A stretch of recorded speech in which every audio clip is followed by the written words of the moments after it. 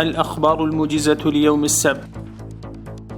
أعيد فتح المكتبة العامة بمنطقة تشاك التابعة لمقاطعة ميدان وردك التي تضررت في الحروب السابقة.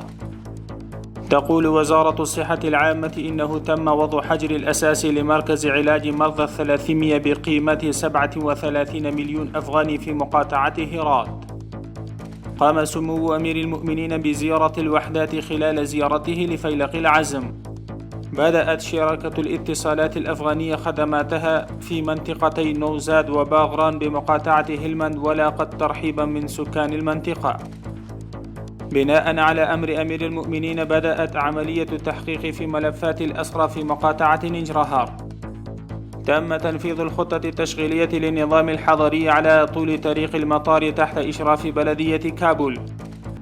حرصا على صحة المواطنين قام مسؤول منطقة السابعة بجمع 1600 كيلوغرام من المنتجات الغذائية والصحية منخفضة الجودة ومنتهية الصلاحية وتم إرسالها إلى مكان مخصص لإتلافها.